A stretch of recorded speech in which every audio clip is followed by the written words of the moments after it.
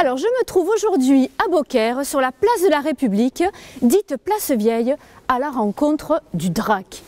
Eh bien, le drac, c'est ce monstre qui vit dans le Rhône.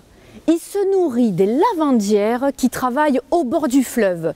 Il est effrayant. Imaginez bien que chaque fois qu'une dame disparaît, la population est apeurée.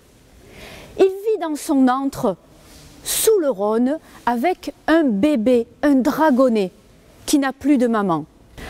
Un jour, le drac décide d'enlever une de ses lavandières et de s'en servir comme nourrice pour son dragonnet.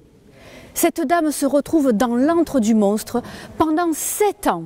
Elle doit le nourrir, certes, mais tous les jours, elle doit l'enduire d'une sorte de pommade, de mixture, on dit qu'elle est à base de chair humaine, pour rendre à son tour le petit dragon invisible comme l'est son père.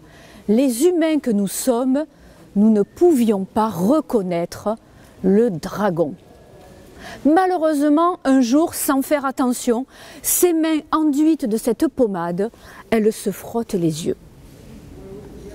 Elle obtient donc le don de voir ce qui est invisible du commun des mortels. Mais elle ne dit rien. Au bout de 7 ans, pour bon et loyaux service, on va le dire comme ça, eh bien le drac lui rend sa liberté. Et voilà notre lavandière qui revient en ville, ici, sur cette place, et rencontre du monde. Mais on te reconnaît, mais d'où sors-tu? D'où viens-tu? Depuis le temps qu'on ne t'a pas vu. Et elle raconte son histoire. Elle aperçoit passer une ombre, le monstre certainement. C'est lui, c'est le drac. Rappelez-vous, elle peut le reconnaître.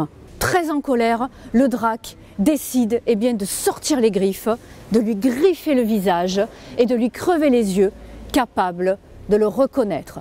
Plus jamais personne n'a pu voir le drac.